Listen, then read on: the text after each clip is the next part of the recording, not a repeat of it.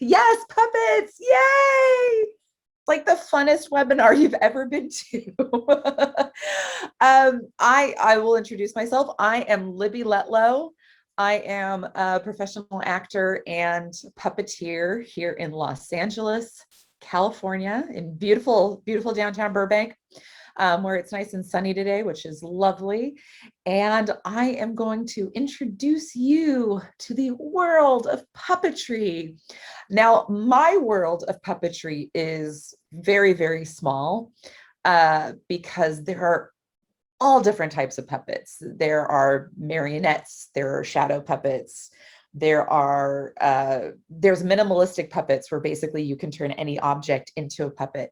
But the type of puppetry that I am the most familiar with and that I have done and still do is Muppet style or theatrical puppetry. So not necessarily hand puppets, but what we call an arm and rod puppet. So let me go ahead and introduce you to some of the friends that I've brought with me, and I can sort of explain how they are built and what their mechanics are, and then basically how I got into puppetry. So the first puppet I will bring out is this guy right here. So this is not a puppet that I built. This is a puppet that I did purchase online, but it is just your normal arm and rod puppet. And well, you say arm and rod because my arm is inside of the puppet and I use a rod to manipulate the hand or arm. It is possible to have both hands with a rod on them and you can manipulate both hands at the same time. But for this guy and for like a very simple purpose, I just keep one hand pinned down and the other hand on the rod so it can wave. Hi. And then I will show you then a puppet that has double rods. This is one of the very first puppets I ever built. So she's a little older, but her name is Lala. And she has, so as you can see, this puppet too is all one piece, connected to neck, connected to body. Lala is actually separate, so I can manipulate the head around a little more easily. And Lala has two rods on each arm, so I can manipulate both hands at the same time if I want to. That is more difficult for me. I am not very skilled at doing double rods. So Lala is one of my first puppets. And then we also have one of my favorite styles of puppetry, which is called live hand puppetry. So you'll be familiar with live hand puppetry, the Swedish chef on the Muppets. He's got both hands and he's actually doing things with his hands, or even Ernie from Bert and Ernie. He is a live hand puppet. So I'm going to show you two styles of live hand puppets. One, I only had a little bit of hand in constructing, but we used her for a music video and dance number for all the single ladies. So this is our monster Beyonce. Let me get my fingers in the right spot for her. There we go. And now my fingers are inside her hand. And I can actually use her hand to pick things up a little bit, talk on the phone, hello, and have a live hand. So most of the time with live hand puppets like this, you would have a partner on your other side manipulating the other hand. So most live hand puppets do have two hands involved, and those hands can actually do all kinds of things, just like your normal hand would. So I would use my right hand to talk like the puppet and my left hand here, and then her right hand would be done by another puppeteer. So there's one style of live hand puppet. She's all one big piece. Now I'm going to show you another live hand puppet that comes in 4 pieces. This is Debbie. Debbie was created for a show on Amazon Prime called The Millie Show.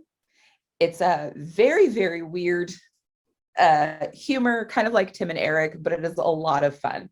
So this is Debbie's body right here. She's got her body and a place for arms, Debbie's head and neck. So basically, we're going to slip that through the body. And then I can, again, I'm going to snake my arm and hand into her face. So now again, I can manipulate her neck on her body. And then she's got these lovely hands that do have nails on them. And I can slip that onto one of my hands. My partner would slip on the other. And then I would go through her dress, through her sleeve. And now she looks like she has a full body. So she's got a hand here. She'd have a hand on this side over here with my partner. I can even, there we go, flip the clothes around a little bit. And now Debbie has a full body, even though she is a head, a body, and an arm. So this is the type of puppetry that I am the most familiar with, that I'm the most comfortable doing, that I've been trained in the most, is Muppet style or theatrical style puppets. And I say theatrical because there is definitely a difference between doing puppets for a camera and doing puppets on stage or in a theater setting. So of course we know the history of puppets a little bit with the puppet theater, where it's just like a little box and we've got the hand puppets, Punch and Judy, and they're beating each other up. Well, theatrical puppetry obviously has expanded into a much, much broader form these days with the popularity of the musical Avenue Q. And that was a project that I got to be a part of several years ago, and it's still one of my favorite projects that I've ever worked on. So I'll give you a little history about me. I did not grow up doing puppets, but I had a major obsession with the movie Labyrinth and loved everything that Jim Henson had his hands in. So Sesame Street, The Muppet Show, Labyrinth, Dark Crystal, all of those things fascinated me as a kid. And I just absolutely loved them. But it was never the kind of thing where I was like, oh yeah, I really, really want to be a puppeteer. I didn't even think about it in that sense. I was just really, really loved all of those characters that he created.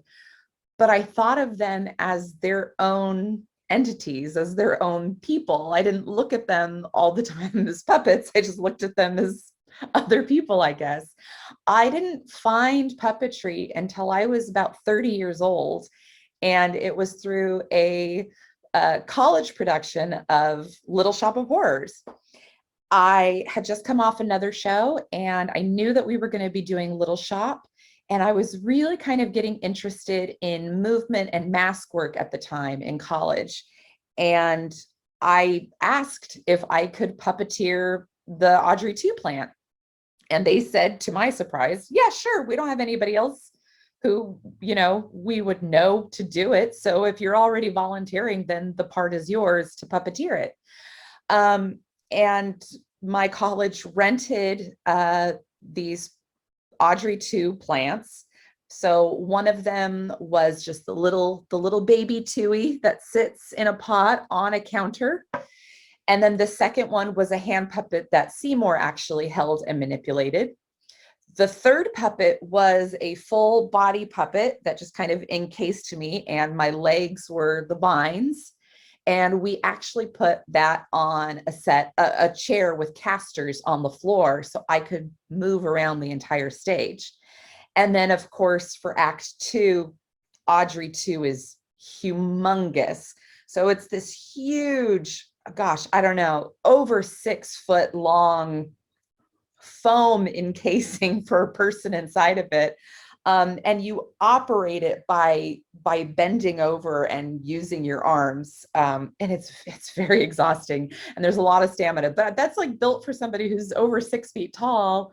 And all 5'7" of me was inside of it operating it. But I had a blast doing it. It was one of the coolest experiences to learn a new art form like that. And so I went ahead after that experience and I contacted a friend of mine. His name is Paul Pastore. He was a puppeteer for Universal for a number of years. And we met on a television show that was on Fox back in the 90s. And I asked him, I said, how did you get into puppetry? How did you start doing this? And he kind of just fell into it himself. He started building his own puppets when he was younger, and he still does. He builds them in the Far East, and he has really incredible creations. But he put me in touch with a couple of people. He gave me some names to contact. And one of those names was Michael Earl, the late Michael Earl, unfortunately, who was the original Mr. Snuffleupagus on Sesame Street. And Michael had just opened a puppet school in Sherman Oaks at the time that I contacted him. It had only been open, I think, maybe about 8 months or so when I started taking classes there. And they were mostly focused on TV style puppetry. So in TV puppetry, you have a camera and you have the puppet on camera, but the puppeteer is down below everything else with a monitor that they can look at. The other thing with that is that everything is backwards. If you're going this way in the camera on the monitor, it looks like you're going this way. And my brain could not comprehend that for some reason. I was not very good at puppetry when I first started, especially TV style puppetry. I was pretty terrible. And it wasn't until the wonderful Christian Anderson came and started teaching theatrical style puppetry that it began to click with me. And Christian Anderson was part of the touring company of Avenue Q. And he had come in and started teaching us how to do Avenue Q style puppetry. So everything is right here beside you. The puppet's here beside you. All of your movements are the same as the puppet. You and the puppet become one. And that, for some reason, just absolutely clicked with me. And I fell in love with it. And several months later, Puppet School asked me to come and start teaching classes for them.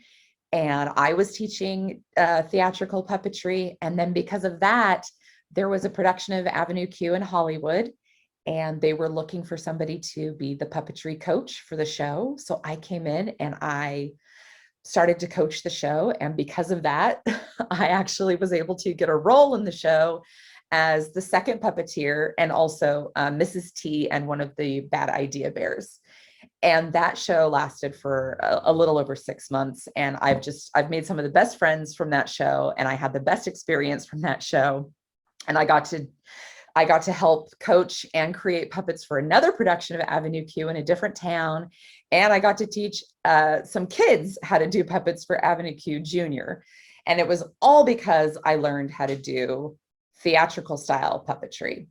So I like to teach my students full body puppetry, like what I did in Little Shop of Horrors, where you're in a giant puppet. And then I like to also teach theatrical style. So TV puppetry, a little bit different because there's a camera and monitor involved. Theatrical style, I think, is slightly easier, but at the same time, it comes with its own challenges. A lot of the times when you're doing theatrical style puppetry, you're going to be on stage for a really long time, and you have to have that stamina going all the time.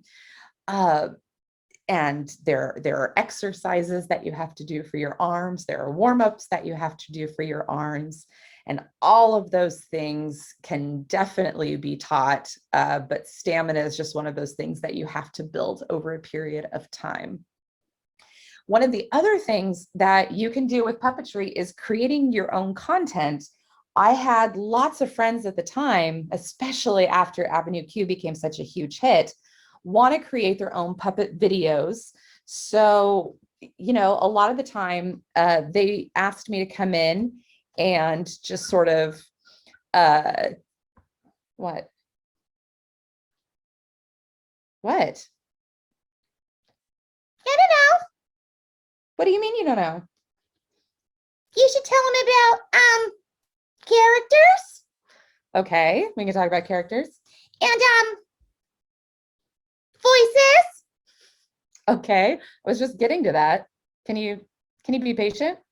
Okay. All right.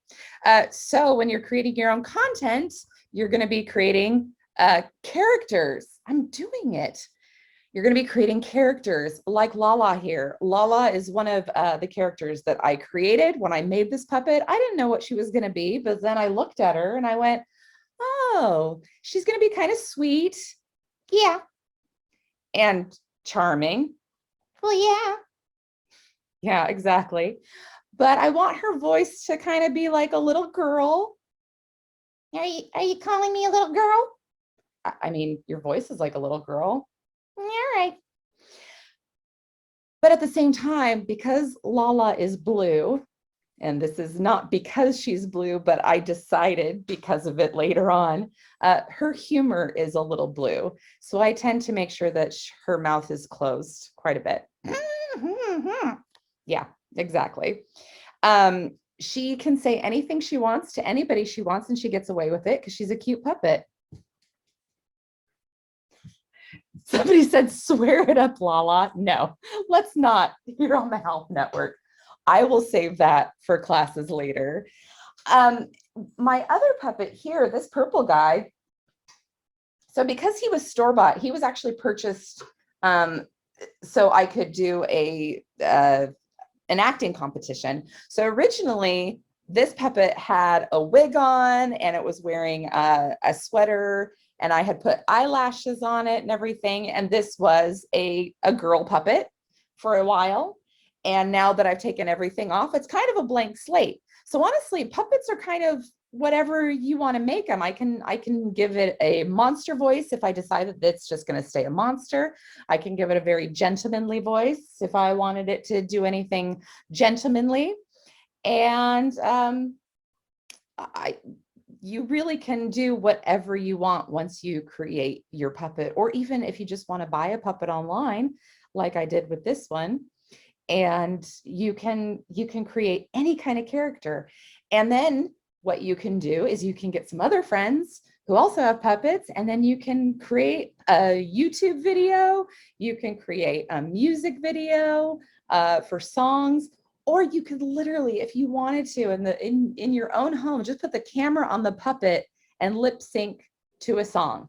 And puppets lip syncing to famous songs is one of the best things to watch in the world. Somebody said something. They do. Oh, so I'll share. Yvette said, so fabulous how the movements just arrest the attention. They really do. One of the greatest things about puppets, so I like to tell everybody that a puppet's personality is in the neck. The neck is where you've got looseness, you've got tension, or you've got just emotion, excitement. Everything is in the neck or in your wrist. So really, if you think of your hand and arm as the bones to these puppets, yes, exactly, as the bones to these puppets, then your wrist is what's going to create the emotion for them. Again, tension in their wrist, loose wrist, excited wrist, all of those things. That's where it all lives, right there. It's one of it's fascinating to me, and I'm still fascinated even when I do it. It's pretty incredible. Let's see. I'm definitely going to be teaching a class for the Help Network in the future, in the coming future, and I want to be able to teach everybody the things that I've learned. But at the same time, I don't want to give too much away right now. So I think what I'd like to do is kind of just open this up to questions. You guys can ask me any questions about my history with puppets. You can ask me anything that I might know about puppets. So go for it. Ask away if you're interested. And then I'm also going to tell you kind of the things that you will need to take the class later on. And the Help Network will have those details later as well.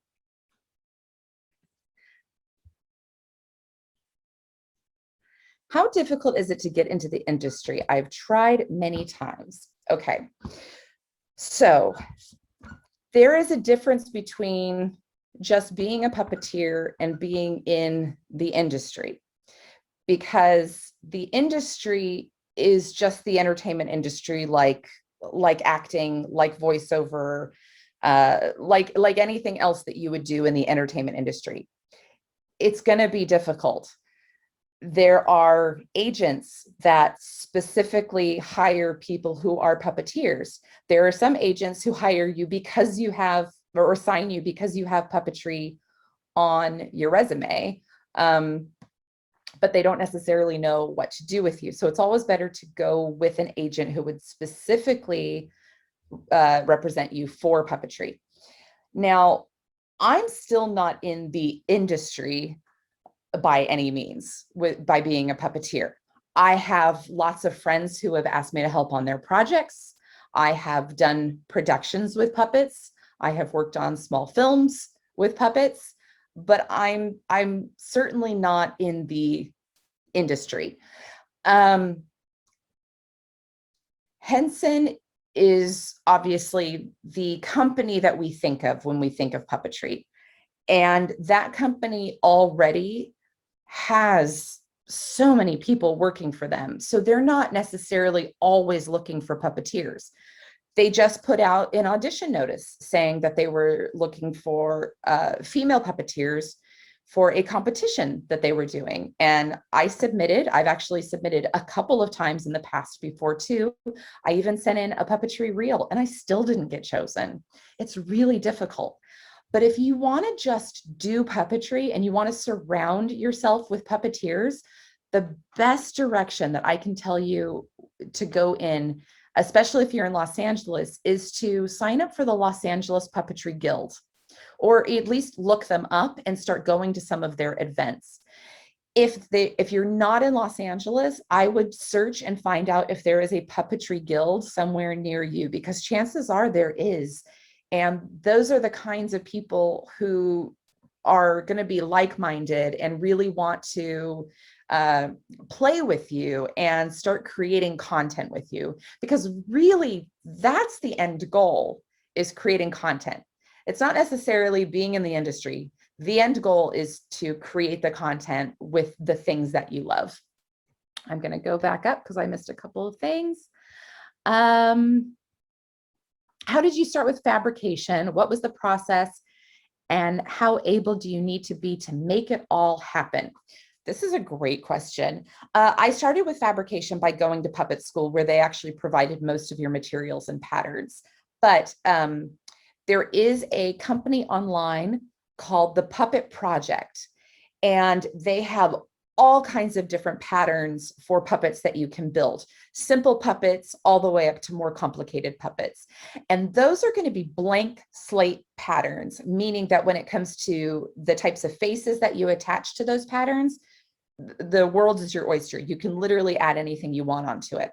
As far as outward fabrication goes, foam or felt, you can literally go into any Joann's fabric store and buy fabric or foam to make your puppets. And then the thing that I hold them together with is going to just be good old fashioned rubber cement, or sometimes Elmer's rubber glue. You do not have to be somebody who knows how to sew to make puppets. Most of my puppets, when I first started, they were all whip stitched together because I didn't know how to do it. That being said, they're not going to last very long. So you will have to learn how to modify your sewing just a little bit. I would say you don't have to be very able-bodied, but you would have to be a little dexterous with your hands in order to fabricate a puppet, because there are a lot of little tiny details that you'll have to work on. in order to put them together. But it's a lot of just cutting fleece and felt and foam and gluing pieces together. And if you do go onto the Puppet Project website, you will be able to find those patterns really easily, and they can even talk you through it. And there are tons of videos on YouTube that will help you as well.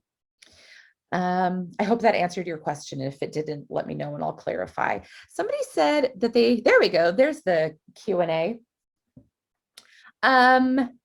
Yvette, you said, I noticed both the live hand puppets have 4 fingers. Which of your fingers double up and why 4? Okay, so they don't have to always have 4 fingers. A lot of live hand puppets do have 5 fingers. The Swedish Chef sometimes is a live hand puppet, but it's actually got like hands, the human hands, and sometimes he's got a fleeced hand. I don't know why it changes, but it does every once in a while.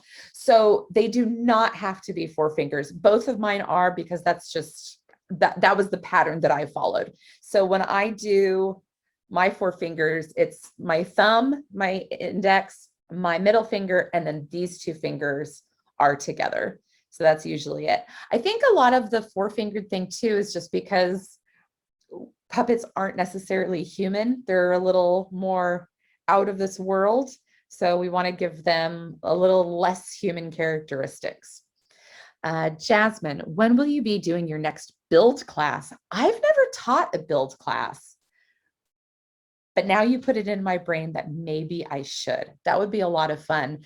I think the best thing would be once the pandemic is further along into us being able to be around people, I would probably set something up outdoors and do a build class that way. So that's a really good idea. I will think on that.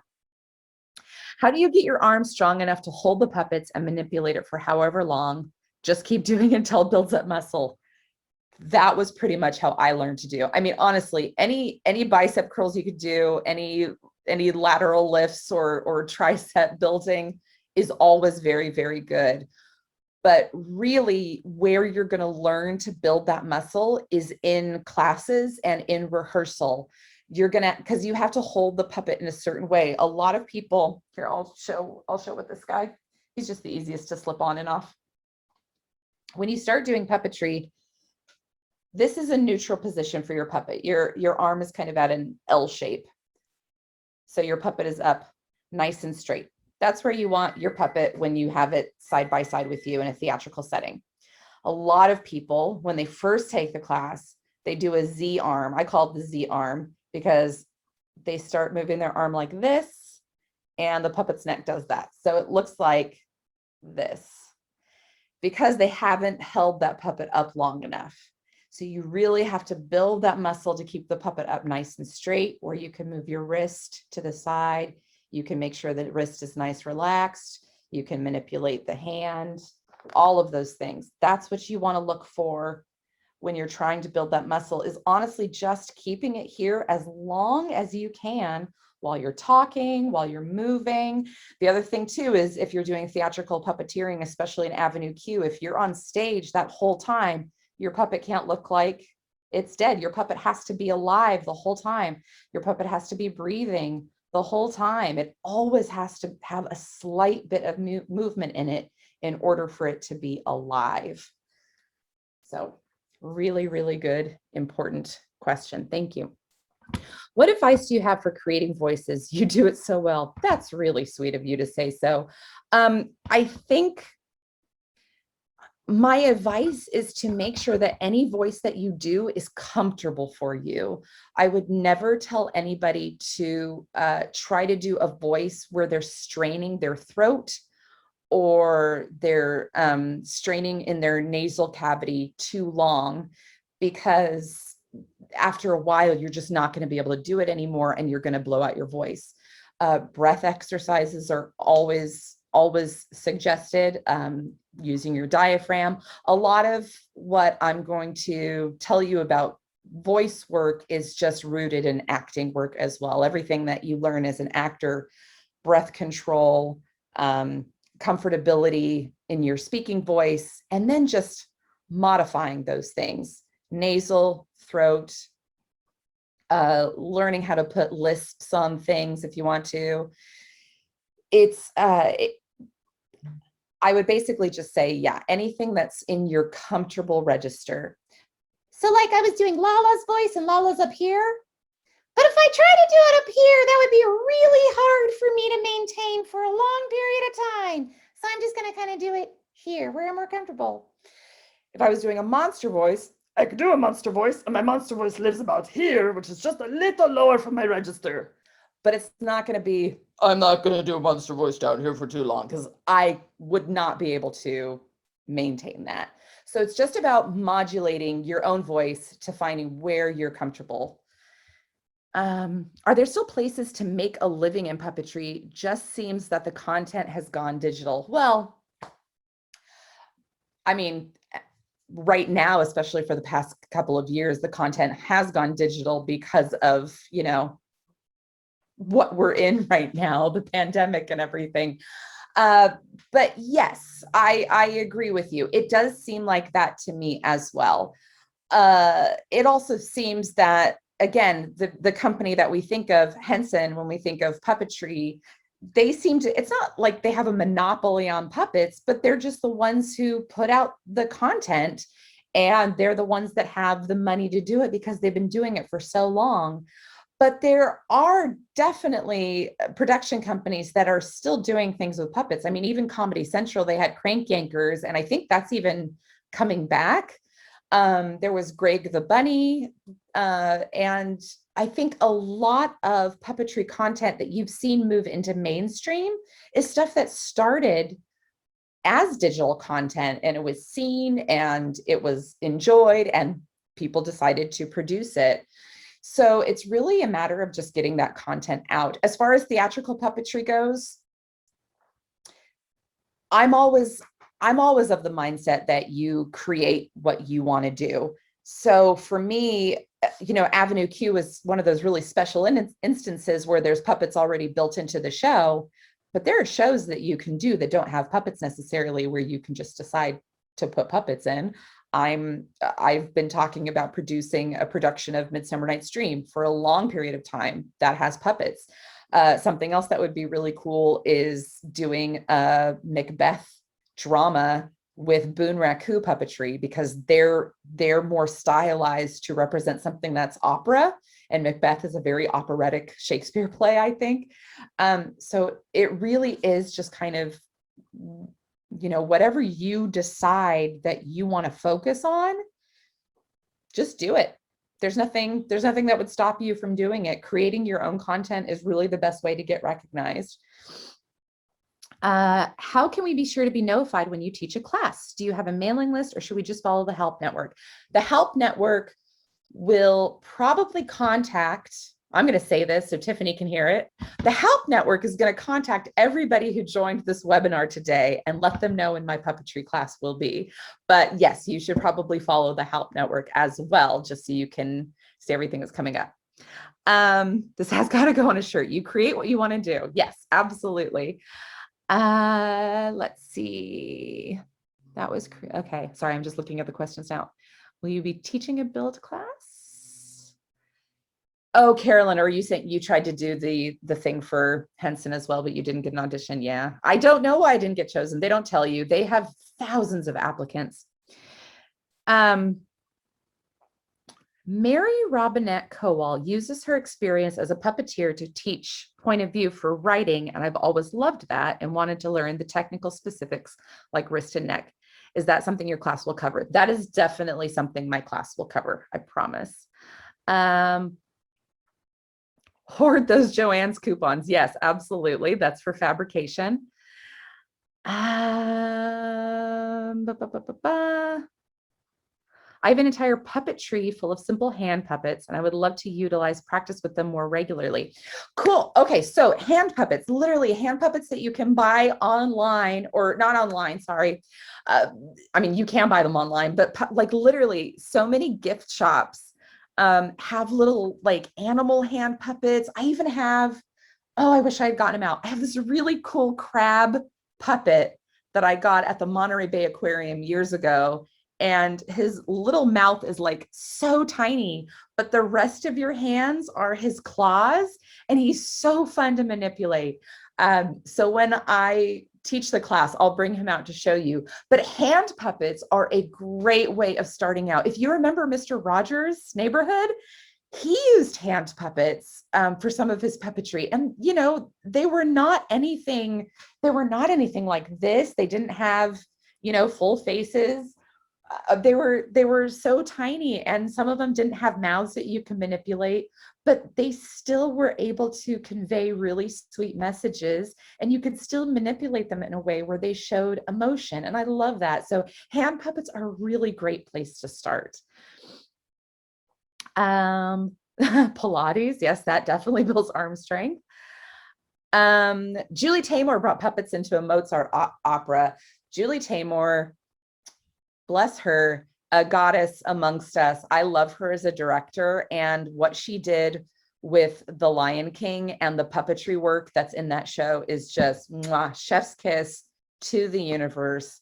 I want to be Julie Taymor when I grow up, because it's honestly incredible. But that's another aspect of puppetry that you can look at. Everybody go watch Lion King Broadway on YouTube once this is over, and you will see people doing full body puppetry. The way that the giraffes move, the way that the lions' heads come over and up, that is puppetry. That is full body puppetry. They are putting their entire body into it, and I absolutely love it. Okay, so Tiffany has put up my Twitter account and my Instagram account. Warhorse in the UK is also another one.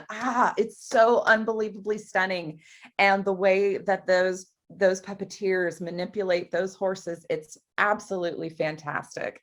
So thank you for that. Okay, it looks like, let's see. It looks like all of those questions have been answered in the Q&A. All right. Where are we? We're only at 40 minutes. Is there anything else that you guys want to know? Is there anything, are there any directions that I can point you in for you to learn more about these wonderfully cuddly creatures who I absolutely love and adore? Anything? Do you ever work on object manipulation, bringing anything to life? Okay, so no, I don't really. But I will say, when I was working as a server in a restaurant, my magic trick at tables was to make napkins into puppets and drink out of people's water glasses. I don't know. I got a kick out of it, and a lot of my customers got a kick out of it too. But there are definitely people who teach. It's called minimalism puppetry, where basically you can turn any object into a puppet.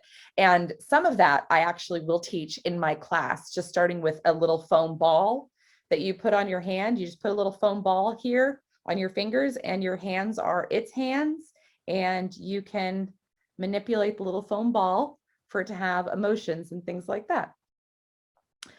What's something you know now that you wish you knew when you first started? That's a really good question. I'm gonna have to think about that. I think when I first started puppetry, I was doing full body puppetry. And I think I wish I knew right away the difference between puppetry for television and camera and puppetry for theater.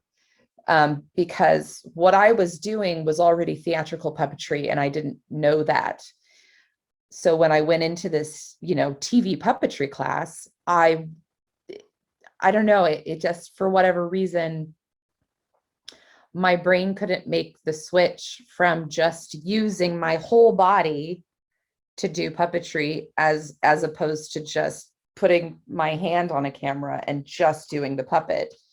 And knowing the difference between those two, I think, has certainly helped me and shaped the way that I think about puppetry, because I know the difference now. Obviously, I can do puppetry for camera now. I've done it several times for projects or films that I've helped people on.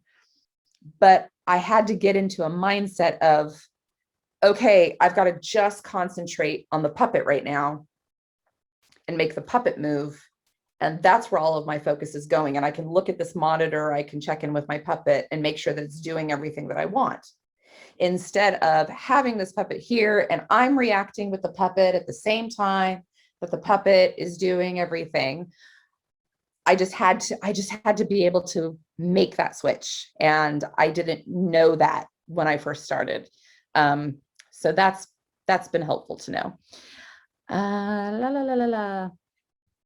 Would love to learn more places to go to in LA as a voice actor who loves manipulating puppets. Would love to find more places to play and use my craft.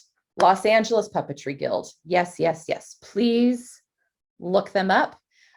They have puppet slams every once in a while where people can create their own content. And I think right now it's still all digital, but when things start to open back up, I think they'll have more public slams and people create their own content. They just go up on stage and do it. It's sort of like an open mic thing. But they are a fantastic group of people and definitely worth knowing if you're in Los Angeles, because they're also, they're all involved in creating different content with each other as well.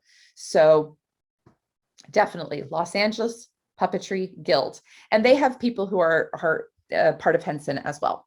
When you manipulate a puppet, do you watch the puppet or do you focus where the puppet focuses, or is this something that divides opinion? So I think I understand the question and I'm going to answer it how I understand it. But if you need me to reiterate anything, let me know. When you are manipulating a puppet for television, for on camera, you're going to be looking at a monitor that the camera is hooked up with. So you can look and see what your puppet looks like on that camera. So I can move it around and I go like, okay, his eye focus is like right here. That's where we want to look. And I'll check in with my puppet and I'll look back at the monitor.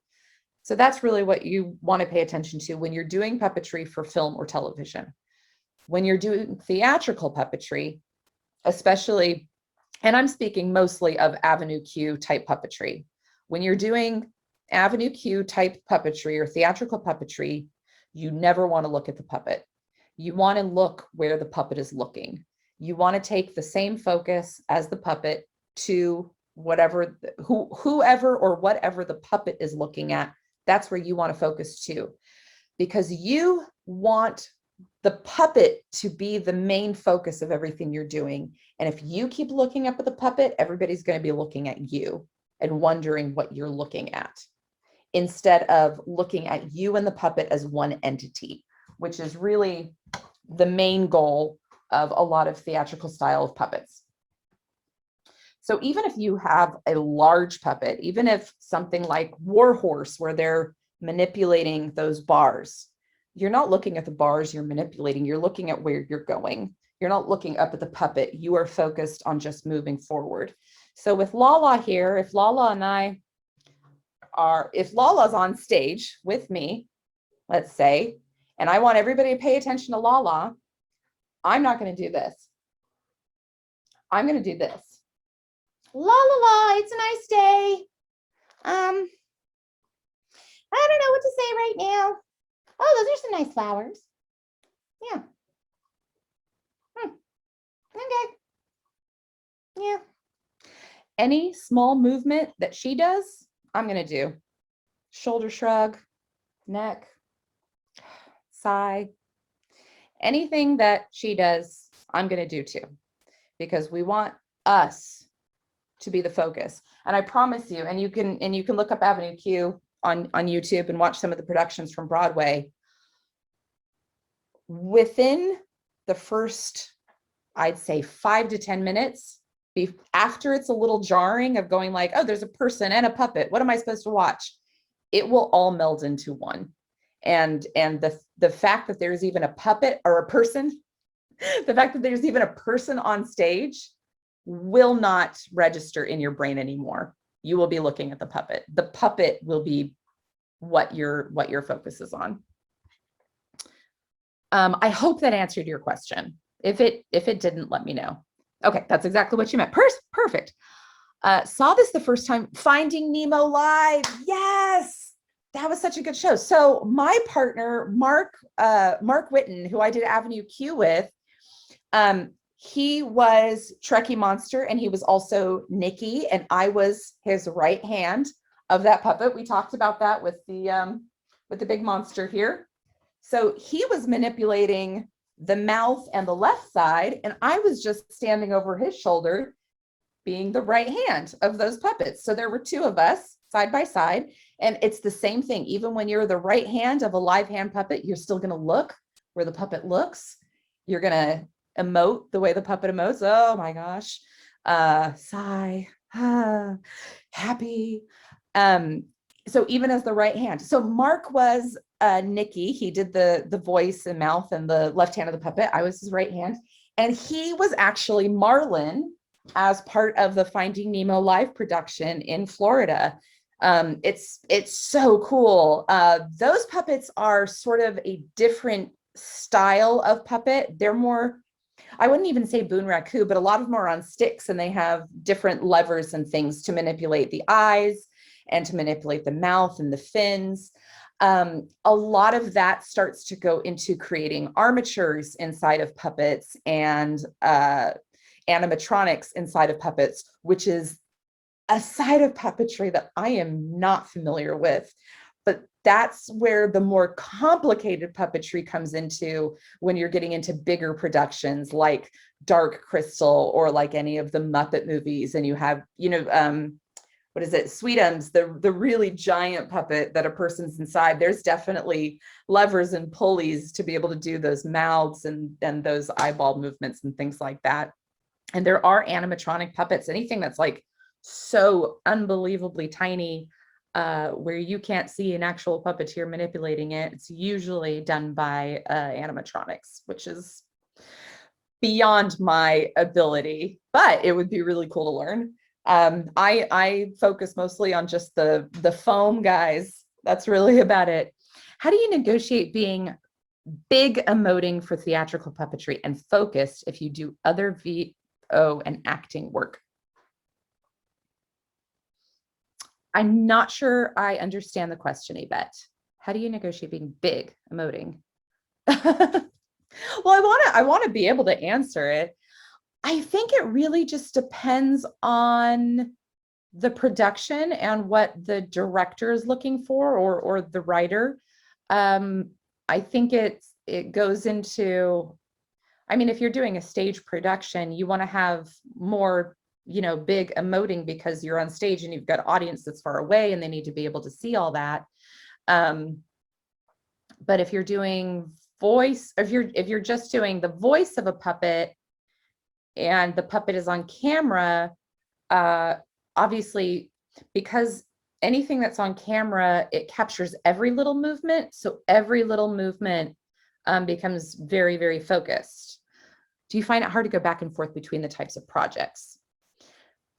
Sometimes, yeah. I won't lie about that. Yeah, sometimes it is hard, because sometimes if I've come off of a theatrical production and I'm doing a lot of movement in my body and emoting and everything, it is hard to pull back for camera. But I think that's honestly, again, I'll say this, puppetry is not very different from the acting world. If you've been doing stage for a really long period of time and you're used to making really big faces and eyes and your eyebrows are all over the place, and then you get in front of a camera, sure enough, a director is going to be like, can you just pull it back just a little bit? Can you be natural? And you're like, I thought I was being natural. But honestly, it's the same. It's the same for puppets.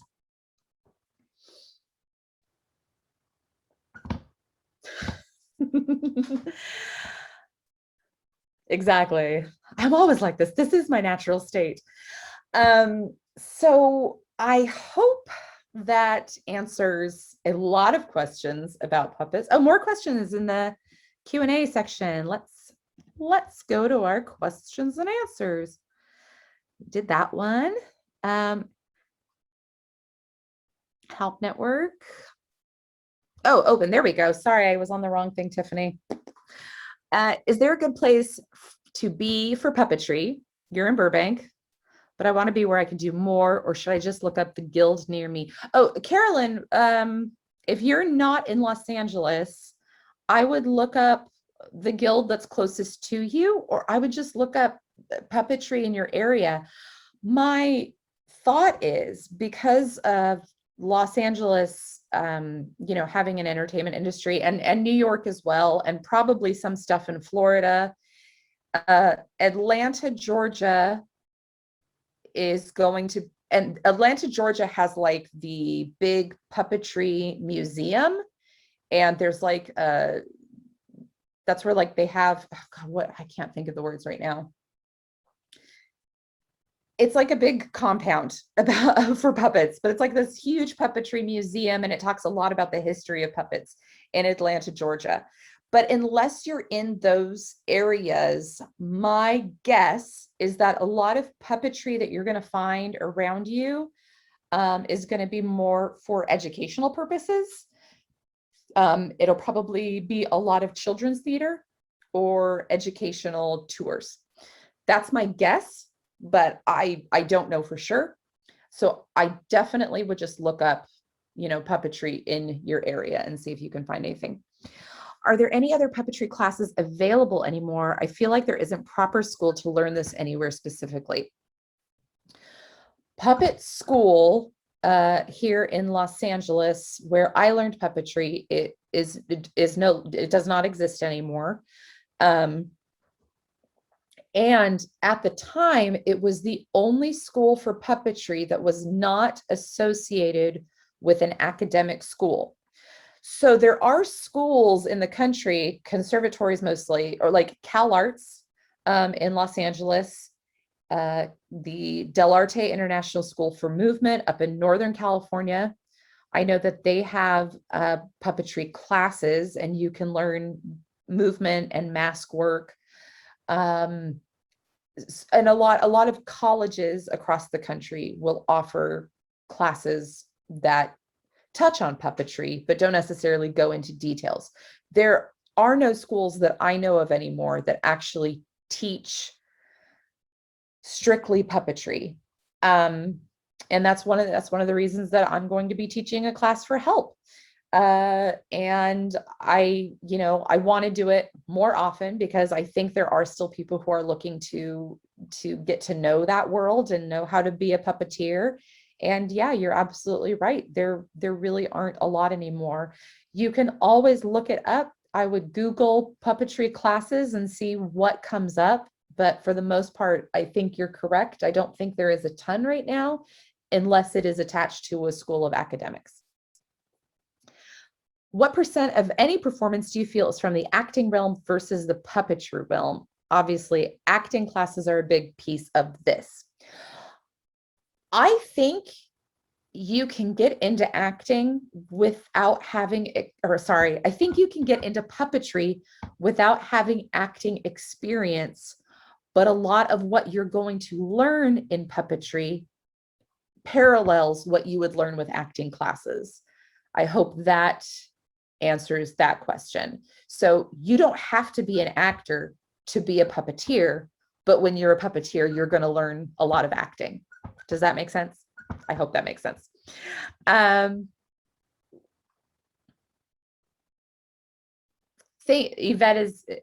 Yvette said, thank you for the tech support, Tiffany. Yes, Tiffany, God, I'd be lost without you right now.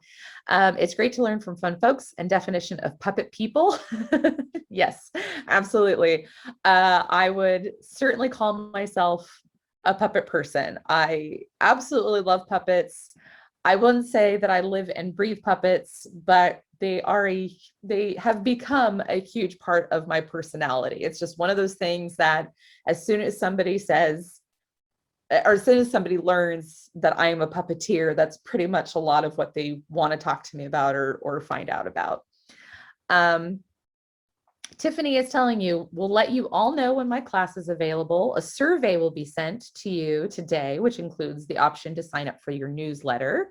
Wonderful. I definitely recommend signing up for the help newsletter. And then she has given you all of my social media things to follow. And that, okay, you've got that with voiceover, Yvette.